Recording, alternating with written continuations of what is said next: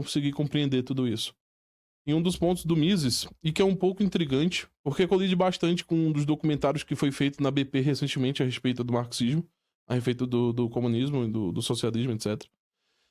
E alguém precisa estar errado. E como eu confio bastante no Mises como fonte, eu acho que o BP, a Brasil Paralelo, está errada nesse ponto. Recentemente, em um documentário que fizemos o React, alguns de vocês acompanharam, a BP tratou o Marx como um grande gênio da época, surgindo ali na Europa, e que ele teve uma atenção muito grande. Assim, quando ele começou a escrever, em muitos debates ele influenciou bastante, ao ponto que se faz uma casuística, né, entre o pensamento de Marx e já revoluções e eventos na época por causa da influência do Marx ou da capacidade do Marx de conseguir prever esses eventos a partir da teoria que ele estava bolando ali e o sistema que ele acreditava que estava criando naquele momento. Já o Mises, aqui nesse livro, ele afirma categoricamente que o Marx passou desapercebido em sua época, com pouquíssimas, principalmente depois da sua morte, tiveram pouquíssimas referências à sua morte, e foram referências muito pequenas em jornais pequenos a respeito de sua morte, e que o Marx, só 20 anos depois, havia consolidado o seu pensamento, e as pessoas começaram a investigar, e estavam investigando há algum tempo, e conseguiu dar certo grau de profundidade.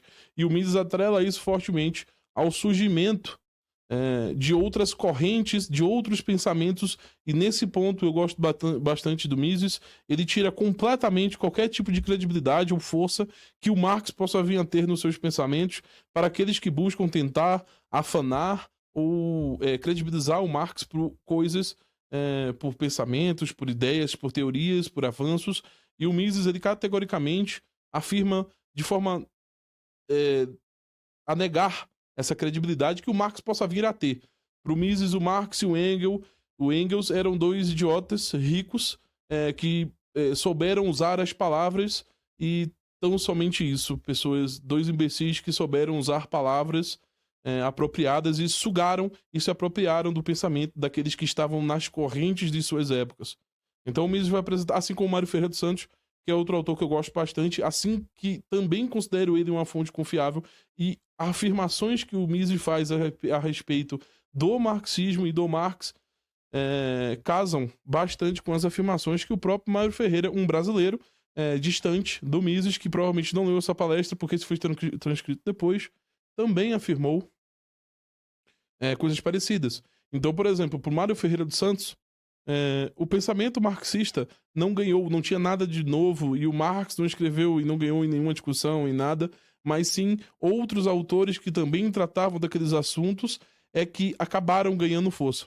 O Mises, então, aproveita para mostrar que o Marx não só extirpou e tomou tese de outras pessoas e consolidou num pseudo-sistema que tirou a credibilidade de algumas ideias que também já não tinham grande credibilidade e foram vencidas. Ou seja, o Marx, que era um cavaleiro em cima, sem cavalo, mas sim com uma vassoura, né? Ele era um cavaleiro em cima de uma vassoura que gritava aos sete ventos que ele estava em cima de um grande cavalo. E o Mises, então, a partir daí, ele fala, no começo do livro, que essas ideias que foram vencidas, que tiveram uma reroupagem e que são ideias confusas, ganharam força e não conseguiram ser destrinchadas e observadas claramente nos escritos do Marx, acabaram influenciando fortemente as massas, e nesse sentido as massas mais para os políticos, os artistas, os jornalistas e assim por diante.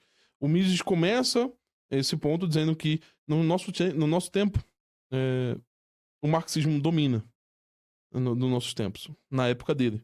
E veja que até hoje não fica tão mais diferente, né? Não é tão mais distante.